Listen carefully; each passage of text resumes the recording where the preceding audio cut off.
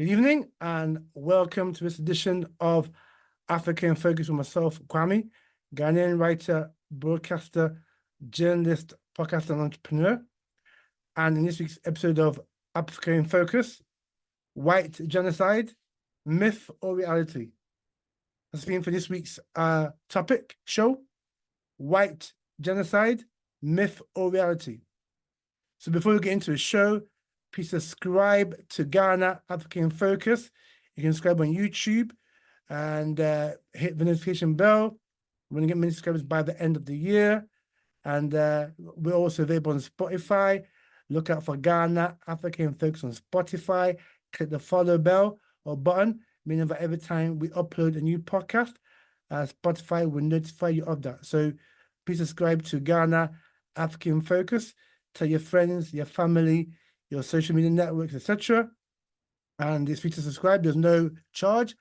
And also, if you'd like to donate to the show to help us produce some more great content from Ghana and from Africa, then you can donate as little as $3 a month. And the link is on the front to the show. So it's not compulsory. Again, you can just do a one-off payment, or you can do a monthly subscription, which one you desire. All right, so let's get into the show. Looking at so-called white genocide, myth or reality. So Cyril Ramaphosa, the president of South Africa, went to see Donald Trump in the White House Oval Office a couple of days ago, and Trump showed him videos of, this narrative of white genocide in South Africa.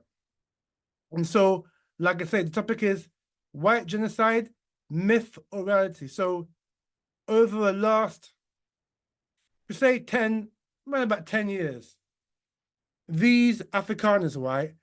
And we need to make it quite clear that these people are not Afrikaners. It is an affront to the term Africa and Africans, that these Caucasian people call themselves Afrikaners. Let's give them the right term. So these people are Dutch, Huguenot, French, and German ancestry. So I'm not going to call them Afrikaners. I'm going to call them who they are. Descendants of Dutch, French, Huguenot, and German extraction. So over the last few years, these people have perpetrated this myth that somehow they have been persecuted because of the color of their skin, and they are being dispossessed of their land by marauding Africans. So these Dutch, Huguenot, French, and German people have gone, particularly around the ultra right-wing world. They've gone on talk shows, they've gone on conservative TV programs, radio programs, particularly in America, but also in Canada and other parts of Europe as well, to propagate this false notion that somehow, as European people, white people, they have been persecuted in South Africa. Now, even, political parties that represent these people have come out openly and say it's not true. And many other white people, European people living in South Africa has also dispelled this myth, this lie of a so-called white genocide. But like I said, this has been propagated by part of the right wing in South Africa for about 10 years, because they want to keep the land that their ancestors stole. And I'll come to that in a minute. And so we see this myth that's been peddled, particularly in right-wing papers, right-wing podcasts, right-wing media, European media outlets, that somehow white people have been persecuted and white farmers, so-called, are being killed in South Africa. The reality is that only a small percentage of so-called white farmers have been attacked because of the situation that's going on in South Africa. The reality is that Black farm workers, African farm workers, have been attacked more, in fact, 3 times as more than Caucasian farmers. Yeah?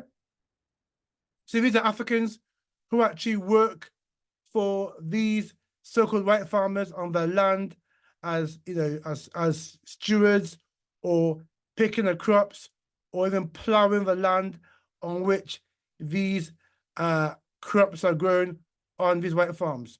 And let's not forget, yeah, that a lot of these white farmers, so-called, are commercial farmers. So the food that they grow is not consumed in South Africa. A lot of what they produce is actually exported to other countries, i.e. the European Union, North America, Asia, Australia, what have you. Yeah. There's even, you know, Stellenbosch, there's an area outside Cape Town of land that is where the wine of South Africa is grown, Stellenbosch. Yeah. And that's owned by one white man. Yeah. And that white man is responsible for, you know, a lot of the wine that comes out of South Africa, which is actually, most of which is actually exported to North America, Europe, Asia, etc. So, you know, this notion that commercial white farmers somehow feed South Africa is a lie and has no basis in truth. Yeah, because like I said, a lot of them commercial freehold farmers who primarily export out of South Africa. Next, you know, we have to understand that this is just propaganda, because these French, German, Huguenot, and Dutch descendants, right, have never been happy with the fact that there is a majority African government, apart from right now, in South Africa. So you've had the ANC. Many of these right-wing white people, they hark back to the days of apartheid, legal apartheid, because like I said before, and on many other podcasts, apartheid is still here. Apartheid never ended. But these Caucasian people of that right-wing ilk, they hark back to the days when apartheid was legally an institutional system whereby African people had to eat at different places, had to shop at different places, had to use different transport, even had to be buried in different cemeteries. Yeah. So a lot of these, you know, Dutch, German, Huguenot, and French people hark back to that golden period in quote unquote South African history where they, you know, subjugated Black people 100%. And so this false cry, this cry wolf of white genocide is basically a group of ultra right-wing people who will sit very, very nicely with those, you know, those rednecks in the deep south of America and those white supremacists like Trump to bring back apartheid, because for them, you know, it is an aberration that you have an African government, you know, heading that country. But the truth of the matter is, and I'm going to come on to that also in this podcast, right, that, you know, the ANC government is just a charade, because there is a secret force that controls South Africa. And again, we'll tell you a bit more about that later. And so this cry of white genocide is a lie, is an attempt to hide the real agenda, which again I'll come on to later on, and is an attempt to skew the view of the rest of the world as to what's really going down in South Africa. Now, you know, Donald Trump has been advised on this particular issue by Elon Musk. Elon Musk is a white supremacist whose father benefited from apartheid regime and made his wealth in the diamond or the emerald mines in Southern Africa. That's how the Musk family made their money. Yeah. And some of that money was given to Elon. So Elon Musk, who was born in 1971, the height of apartheid, yeah, he enjoyed a life where he had black servants, black maid, black chauffeur-driven cars, went to exclusive white schools. This is a man who richly benefited from apartheid. Yeah, he has been, along with what is called the PayPal cabal, and the PayPal cabal are again a set of Caucasian people who were born in South Africa, made their money in South Africa, but left South Africa before Nelson Mandela became president of South Africa. So it tells you about these people, right, left South Africa because they didn't want a black government to rule in South Africa, and they were appalled by the prospect of a black government. So this is what the likes of Elon Musk and the PayPal cabal left South Africa, showing that they are the true racists and the true white supremacists. But they have somehow influenced Trump to come to this absurd notion that there's white genocide taking place in Tanzania.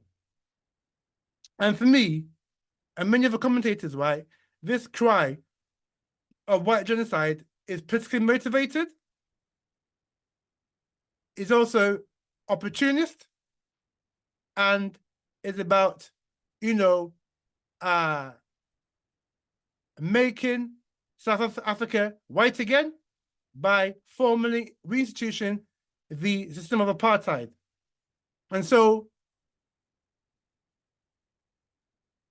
listeners around the world, do not be fooled by this lie, and it is a lie, which can be proved. And I've told you that many people in South Africa say it's a lie, but I'll give you some documents after the show that you can read for yourself that prove that this white genocide is a lie.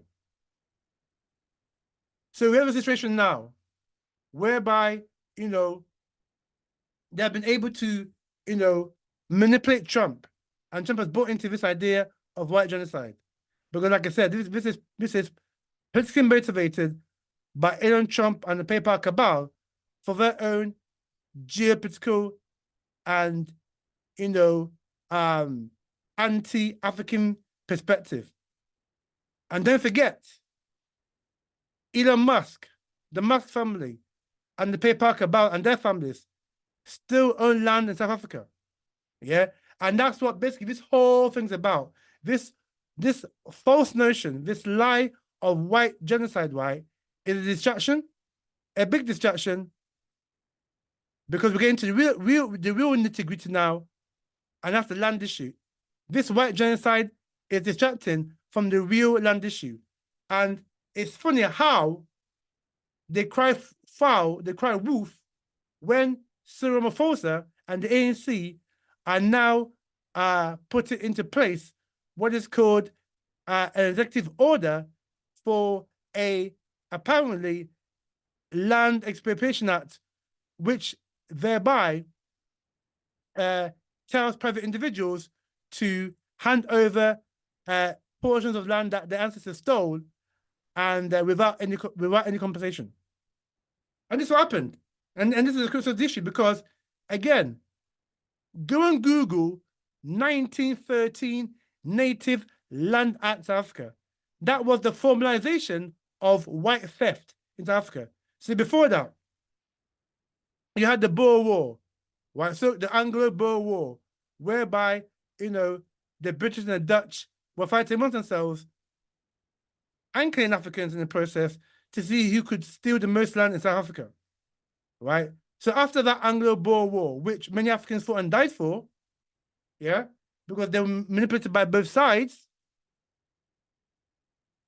they came up with this 1913 so-called Native Land Act, which basically allowed white people to literally steal land that had belonged to the indigenous African population, whether they were Xhosa, Zulu, Setswana, Ndebele, Shona, what have you. That gave them legal right to take the land by force and then push Africans, yeah, to the less fertile, less arable land, and more arid land, and then they created these so-called settlements and townships for them as a result of this land grab.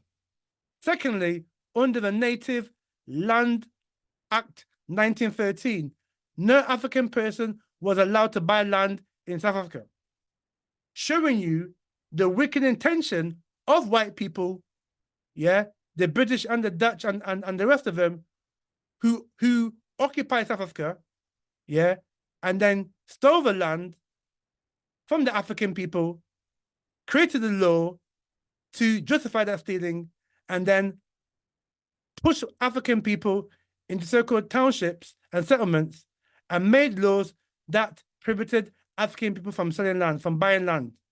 That is the root issue in South Africa. And this is why, like I said in my last podcast about Mandela, Mandela is a traitor. The ANC are betrayers because, yeah, when Mandela was negotiating for his freedom in the 1980s, in no uncertain terms, he was told that one of the conditions of us releasing you is that you do not sell anything about the land. Did you hear Nelson Mandela talk about land issue before 1990? And certainly after 1990, did you hear Mandela talk about the land issue? However, that land issue was central in the whole struggle in South Africa.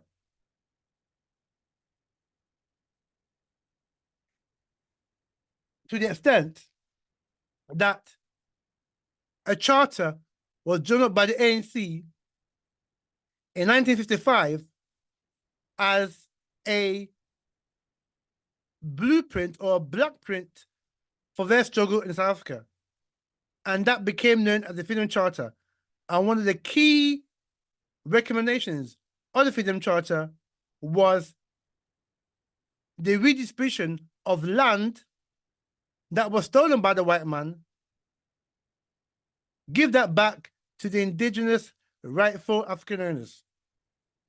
However, Nelson Mandela, and particularly Nelson Mandela, and other parts of the ANC, of which Ramaphosa himself was part of, because Ramaphosa, he was the so-called chief negotiator in the negotiations between 1989 and around about 1994, that led to the so-called free and fair democratic elections that ushered in Nelson Mandela as the first democratically elected president of South Africa in May 1994. Yeah, and that condition was that you, Mandela, you ANC, must never discuss the land issue. So all this struggle was in vain because African people under Mandela, under ANC, sold out the issue regarding land redistribution because Mandela and the ANC wanted fame and power for themselves. And so this is where we are. And this is why those right-wing white people with their own anti-African agenda are crying white genocide because they want to detract the whole world from the real issue that's going on in South Africa, which is land distribution to the rightful African owners, and also addressing the massive inequalities that blight the lives of African people in South Africa. Because today, 31 years, yeah, 31 years after Nelson Mandela became the first so-called democratic elected leader of South Africa, Black people are in a worse position now than they were when Nelson Mandela became president. Today, I'll just give you a few statistics. Today, Black unemployment, right, is about 50%. There's no jobs for a lot of Black people in South Africa. Why? Because many Africans in South Africa have not got access to education. Because now education is what you can buy that gives you access to education in South Africa.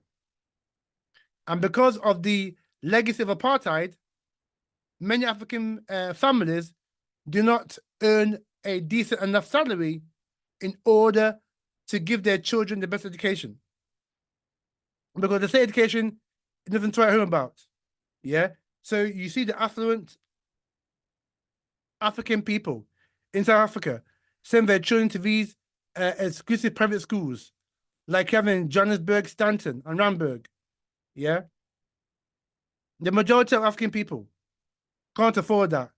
So this is why many African people are basically unemployable because of the lack of education, because of the fact that in South Africa, it's about money, talks, rather than your ability as a person. So because many African people don't have the money, their access to education is minimal.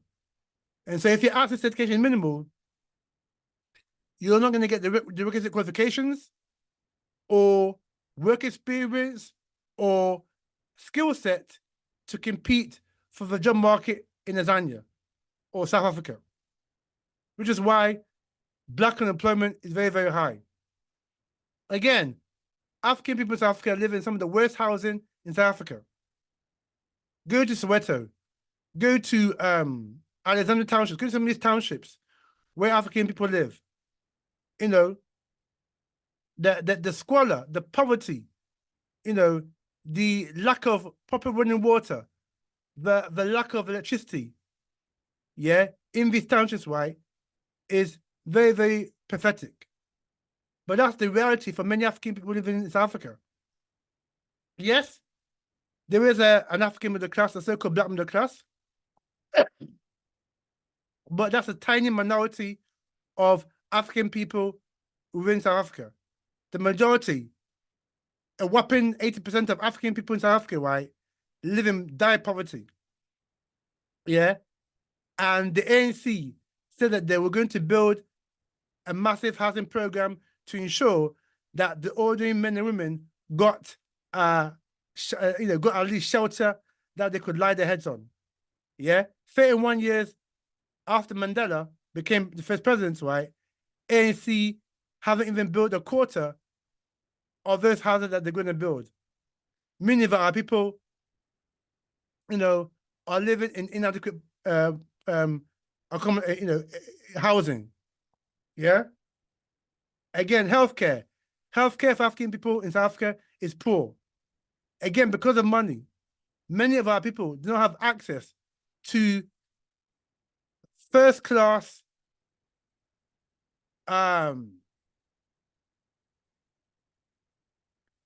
suitable and affordable healthcare. And again, this is a legacy of apartheid. And so because of this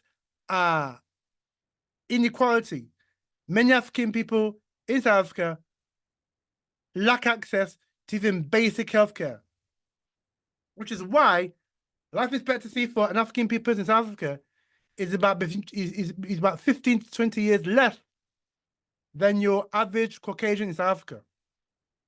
So these are some of the massive inequalities, that is taking place in South Africa that many of you do not know about because of this lie of white genocide, which is essentially a distraction so that you don't know about these massive inequalities taking place right now in Tanzania or South Africa. And so let me just tell you, why is it even bigger enough lie, particularly from people who call themselves Afrikaners. Like I said, descendants of Dutch, French, Huguenot, and German, descendants or terrorists. Did you know that today, and this is why this explains the poor land redistribution and explains the massive inequalities that there are in South Africa? You know that there's a secret society called the Afrikaner Brotherhood, yeah, that still controls South Africa. They controlled it during, since the apartheid era. Yeah, they are the ones who secretly govern South Africa. So ANC, right, don't get it twisted. You may think the ANC is elected government, but no. The ANC does not wield that much power. The power belongs to the Afrikaner Brotherhood, right? And I'll Google it. You can Google it, but I'll also put it in the footnotes to the show to tell you that contrary to what you think you believe, to contrary to what you think you know, to contrary to what you've been told, South Africa is run by an Holikabau brotherhood that is called the Afrikaner Brother Bond. So this should even put to bed this nonsense of white genocide, because it does a white genocide. How come South Africa is still run by white people? If there's a white genocide, why is it that white people control 80% of the land? If there is a white genocide, why is it that white people still control the vast majority of the best farmland in South Africa? If there's a white genocide, why is it that white people still control the economy in terms of the production, the methods of production, the economic output, the economic activity of the country? And more importantly, if there is a white genocide, why is it that white people control 90% of the wealth in South Africa? Yeah, go to Johannesburg, Stanton, Johannesburg, Randburg, right? That's some of the richest real estate in Africa. Go to Centurion in Cape Town. Go to Constantania in Cape Town. Go to Durban. Yeah, go to Pretoria and see the opulence, yeah, the sheer opulence and wealth of white people living in their 10-bedroom houses with swimming pool and tennis courts, right? And you want to come and tell me, you want to come and peddle this lie, you want to come and peddle this myth that there's a so-called white genocide in South Africa, when we know that's not the case, and we know for a fact that the white people still control the economy, and more importantly, aside from the land, they control the resources. So all the gold, all the diamonds, all the emeralds, all the platinum, all the mineral resources in South Africa are controlled by white families like Oppenheimer family and the Beers family, right? And you want to cry about white genocide? So this is why I'm saying, listeners, right? Do not fall for this white propaganda about white genocide, because like I said, it is opportunist. And there is a wicked agenda behind this so-called white genocide that's been peddled by the likes of Elon Musk and the PayPal cabal. So in closing, white genocide is a lie, is a myth, it doesn't exist. It is an opportunist notion to distract particular African people from the massive inequality that is in South Africa. Also, the land issue in South Africa is very, very pertinent. And this is a distraction because white people today, like I said, control more than 80% of the fertile land and have no intention of giving it back without bloodshed. And so we have to understand that this myth of white genocide is a lie and a myth to detract African people from the real agenda, from real goal of what's going on. And this white genocide has a very, very wicked and evil agenda, yeah, that we need to nip in the bud before it creates, you could say a civil war within South Africa. Because at the end of the day, people that are making these noises about white genocide, they have an agenda.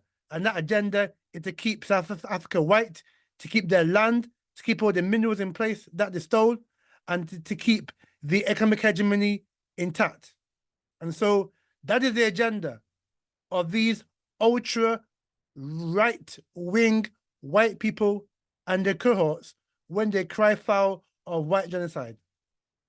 And so we need to be very circumspect as African people as to what the real agenda is and what our agenda should be as African people in challenging these myths and lies, and also pointing out to the world that South Africa is the most unequal country in the world, to the fact that African people are landless, stateless, and refugees in their own country because they've been dispossessed of their ancestral lands.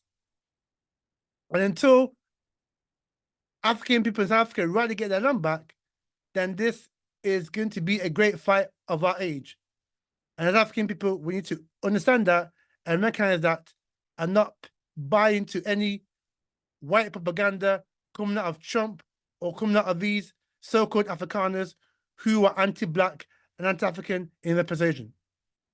And so I thank you for listening to this edition of African Focus, talking about the lie of white genocide. If you like what you hear, please share to your friends, your family, social media networks. Subscribe to Ghana Africa in Focus on YouTube. Subscribe to Ghana and Africa in Focus on Spotify, and share it to your friends and family. All right, so I'm going to give you another podcast as well. So we've got 2 coming out this week. So this is the first one. The other podcast will come out on Monday, and that's another African Focus special, looking at, celebrating African Union Day or African Liberation Day, telling you why the West does not want to see a united Africa and why the West will never allow Africa to develop. You don't want to miss that, because that is going to be a very, very powerful podcast and presentation indeed. So until then, thank you very much for listening. And from myself, Kwame, and from all the crew here on Africa in Focus, is thank you for listening. And we see you next time for some more Africa in Focus.